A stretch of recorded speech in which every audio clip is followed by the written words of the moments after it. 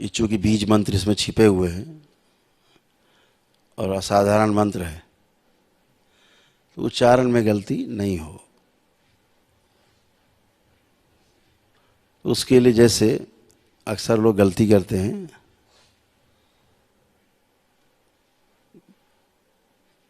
कि जैसे आ के ऊपर बिंदी रखी रहती है, किसी बच्चे का नाम अंकुर है, तो उसमें जब अंग्रेजी में लिखेंगे तो ANKUR ऐसे लिखते हैं ना, अंकुर।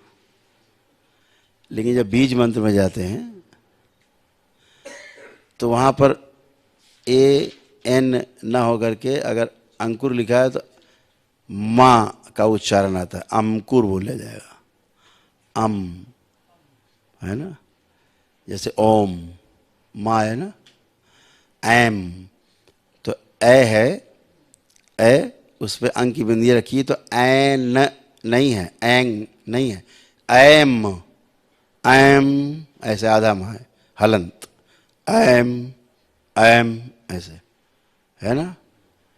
तो ये जो हलंत है वो अंक की बिंदी माँ का ऐसे उच्चारण। जैसे कहीं आप पढ़ते हो, आता होगा बीज मंत्र में ह्रीम, तो ह्रीन नहीं पढ़ना है, ह्रीम माँ है, ह्रीम ऐसे मुंह बंद हो गया, ह्रीन तो मुंह खुला रह गया, ह्रीन। और अगर ह्रीम तो मुंह बंद हो गया, ह्रीम ऐसे, एम मुंह बंद हो गया। अगर आप बोला एन तो मुंह खुला रहेगा, है ना, तो मुंह बंद होना है, एम। जैसे ओम है ना, मुंह बंद हुआ। तो ऐसे ही आपको ध्यान रखना है कि बहुत लोग भ्रमित हो जाते हैं कि अंक की बिंदी लिखी है तो इसे हम क्या पढ़ें। जैसे लिखा है श्रीम, श्री लिखा है, जैसे लिखते हैं श्री, फलाना नाम लिखते हैं, पहले श्री लिखते हैं, तो श्री में अगर अंक की बिंदी ऊपर रखी है तो उसको क्या पढ़ा जाएगा, श्रीम ऐसे, श्रीम माँ मतलब बंद हो जाएगा मुंह ऐसे। इतना बात आपको केवल ध्यान रखनी है। और अगर ये जो आप तंत्र दीक्षा के लिए आप उद्यत हुए हैं, आप आज आपको मिलने जा रही, हो गया कार्यक्रम आपका, दरबार में जो अगियारी जो आपने सिद्ध किया होगा अपना दशांश का हवन, अगर इसको अगियारी को जला करके अगर इन मंत्रों का जप किया जाए, दशांश तो आप करेंगे ही, तो इसकी ऊर्जा बहुत विशाल होगी। समझ रहे हैं आप, कुछ लोग करके देख सकते हैं, ट्राई कर, जो सक्षम है। नॉर्मल जप जो इसका है, जो 2.5 लाख जप है, अगर आप एक जप जला लिया अपना, लगे घंटा 1.5 घंटा, इतना टाइम जल रहा है अपना, करते रहे, तो फिर उसका एक अलग ही आपको मिलेगा नशा। ठीक है ना, एक अलग ही आपके पास ऊर्जा होगी, क्योंकि उतने समय तक पूरा दरबार के प्रभाव में आप होंगे। यानी जैसे जैसे कोई घाव हो गया किसी को शरीर में, ध्यान से सुनिएगा, अब घाव हुआ तो घाव क्या करते हैं लोग, बाहर मलहम लगाते हैं। तो मलहम किस लिए लगाते हैं, कि घाव सूख जाए। ये बड़ी भ्रांति है, जबकि मलहम से घाव सूखता नहीं है। मलहम सिर्फ इसलिए लगाया जाता है बाहर, ताकि बाहर का जो बैक्टीरिया है वायुमंडल का, वो घाव में ना घुसे, है ना। और घाव में अगर घुसेगा तो फिर वो इसमें संक्रमण होगा। तो अंदर जो सेना आपके घाव को भरती है, वो आपके अंदर ही सेना है, मस्तिष्क के आदेश पर आपके अंदर जो काम करने वाली सेना है घाव को भरने वाली, वो अंदर ही शरीर के है। ठीक है, WBC तमाम रहती हैं, वो सेना अंदर काम करती है। तो क्या काम होता है, अंदर अंदर घाव भरती है। अगर वो बाहर मलहम ना लगाया जाए तो आधी सेना तो लग जाएगी ये लड़ने के लिए बाहर वालों से जो आक्रमण होंगे घाव पे, और आधी सेना उसको केवल अंदर से सुखा पाएगी, हील करेगी, ट्रीट करेगी, उपचार करेगी। और अगर बाहर मलहम लगा दिया जाए तो पूरी पूरी सेना उस घाव का उपचार करती है, बाहर से सुरक्षा कवच मिल जाता है। ऐसे ही अगर आप अगियारी जला करके, सिद्ध अगियारी दरबार की, और आप वो करते हो उसका जप, तो एक आवरण आपको मिल गया बड़ा।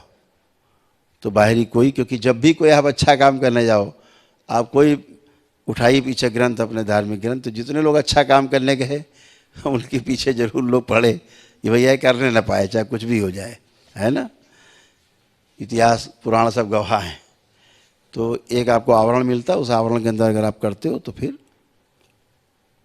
अच्छी। जैसे ललित अभी एक दिन बता रहे थे कि हरिद्वार से यहाँ नहीं आ पा रहे थे, बैठे नहीं आ पा रहे थे, तो उन्होंने डिब्बे में एक अगियारी जलाई, अपनी स्कूटी में टांगी, और तब ये वहाँ से यहाँ तक आ पाए, अगियारी जला जला के बैठे।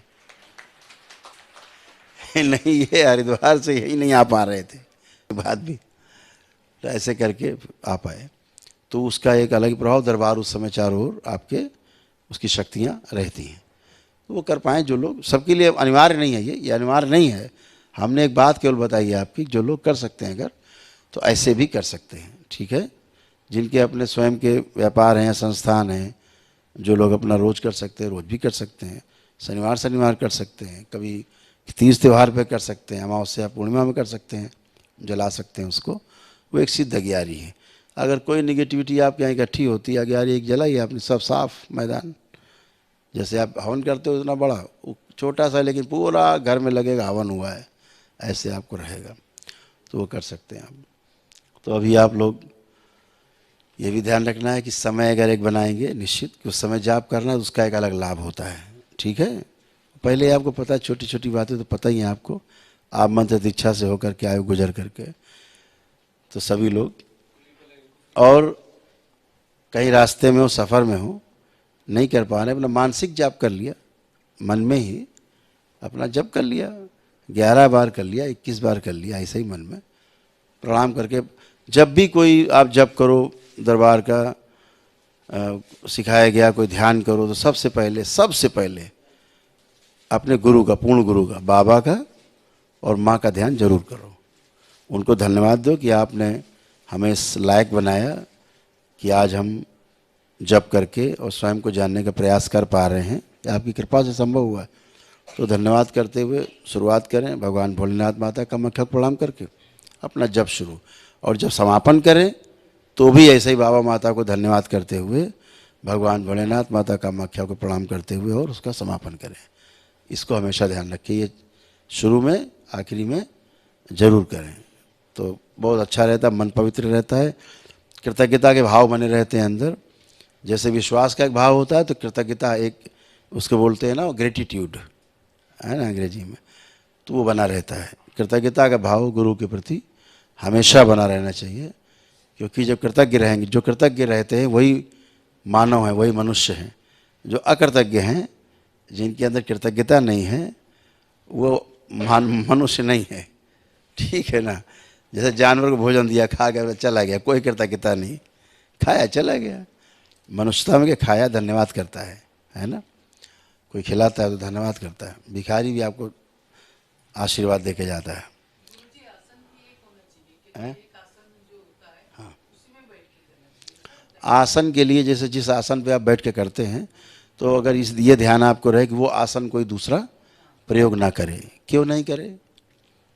क्योंकि जैसे अब यहाँ बैठे हैं, ठीक है, इस जगह में बैठे हैं, अगर इस आसन पे कोई बैठ के देख लो, इस पर बैठ जाओ, कोई 10 मिनट बीमार हो जाओगे, है ना। वो ऊर्जा आप नहीं झेल पाओगे, यहाँ जो ऊर्जा है बाबा और माँ की, वो आप नहीं झेल पाओगे।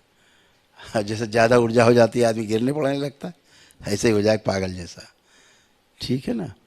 तो ऐसे अपना जो आप आसन प्रयोग करते हो, तो आसन प्रयोग करते समय हमेशा, जैसे आप चलते हो ना, जैसे रेत पर आप बैठे हो, रेत पर, और कपड़ों में रेत चिपक जाती है, रेत, तो आप चलो तो ऐसे से करो तो गिरती जाती है, झरियाते जाओ कपड़ों से।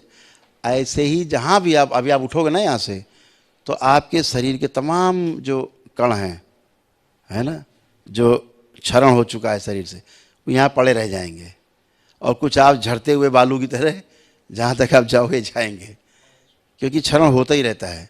इसी तरह कुत्ते और सूंघ करके आपको पकड़ लेते हैं, जो ट्रेन कुत्ते होते, यही वाले जो एटम हैं जो क्षरण हो जाते हैं, इन्हीं को सूंघ करके वहाँ तक पहुँचते हैं वो, अब पता है आपको। तो जिस आसन पे आप बैठते हैं, उस आसन पर कोई दूसरा ना बैठे, नहीं उसको कष्ट हो सकता है, क्योंकि आपकी एक ऊर्जा बड़ी ऊर्जा है, और उसके कण हैं, भले ही कहते हैं नहीं हमारा हाथी 1.25 लाख का होता है, तो क्षरण भी हो गया है ऊर्जा का, जो एटम आपके क्षरण हुए हैं, अंश टूटे हैं, तो वो भी काफ़ी खतरनाक है। दूसरे ना बैठें, ठीक है। जब भी आप उठें अपने आसन को पैर से ऐसे काट दें, कट्टम का निशान बनाते हैं ना, कट्टम गलत वाला निशान, गुड़ा वाला कट्टम, ऐसे पैर से या हाथ से उसको काट दें जरूर, इतना जरूर करें, ठीक है ना। और उसके बाद उसको तहा के रख दें, घर में बता दें कि इसको इसमें कोई ना बैठे, ठीक है। और अगर ऊनी आसन है, उलन है, तो ज़्यादा अच्छा है। उलन के ऊपर भले आप कॉटन का कुछ लगा लो, तो उलन में क्या रहता है, जो ज़मीन के जो जो ऊर्जा है, जो जिसे आप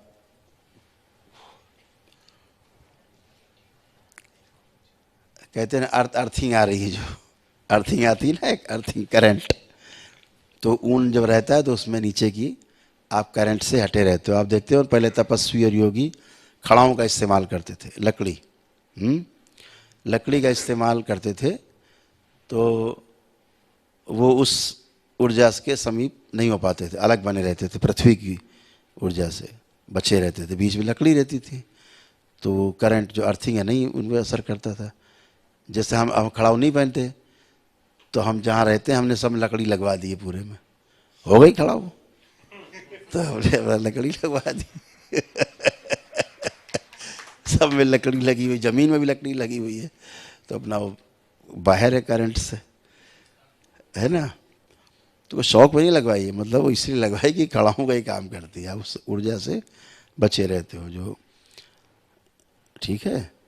तो आप इसको उलन का अगर वो हो आसन, तो कल हमको एक बहन आई थी, उन्होंने हमें मृक्षाल हमें दिया, तो बहुत अच्छा लगा, है ना। बाबा हमारे जिस आसन पे साधना करते थे वो आसन मेरे पास है ना, वो भी आसन है मेरे पास, लेकिन हमारे गुरु का आसन है, हम कभी उस आसन पे बैठे नहीं। हमारे गुरु का आसन है ना, पवित्र है, बस सुरक्षित रखे हुए हैं संजो के, है ना। हमारी उससे यादें जुड़ी हैं, वो जुड़े हुए हैं, कण कण समाया हुआ है उनका उसमें, तो कभी उसमें हम बैठने की ज़रूरत हमने नहीं की है बैठे नहीं, रखा हुआ है। तो वही सीख हम आपको भी दे रहे हैं, है ना, कि आपको दूसरे के ना आसन में बैठना है, ना ही दूसरे को अपना आसन प्रयोग करने देना है, इसका ध्यान रखें। आप देखो ना, पहले रसोई घर में पाटा नहीं, पीढ़ा, वो भी लकड़ी का ही होता था नहीं होता, उस पर बैठ के भोजन करते थे, क्योंकि खाने में भी एक ऊर्जा बनती है। आपको शायद पता हो कि ना हो, अगर आप भोजन करते हैं तो बाद में पसीना सीना आता है, तो ऐसे समझो कि आप दौड़ के आए 5 किलोमीटर, इतनी ऊर्जा खर्च होती है ये भोजन करने में। इसीलिए हम जूस पी लेते हैं, भोजन में ज़रा कम इंटरेस्ट रखते हैं। एक इतना बड़ा गिलास लेके आता लड़का, देखो इतना बड़ा हमेशा गिलास लेके आता, जूसे रहता है, पी लो, अपना काम खत्म हो जाए, क्यों इतना मुँह चलाओ, ऊर्जा नष्ट हो, वही बची और जूस भी अंदर हो गया। तो हमेशा इसका ध्यान रखना है, छोटी छोटी चीज़ें हैं वो आपको बहुत लाभ देंगी। और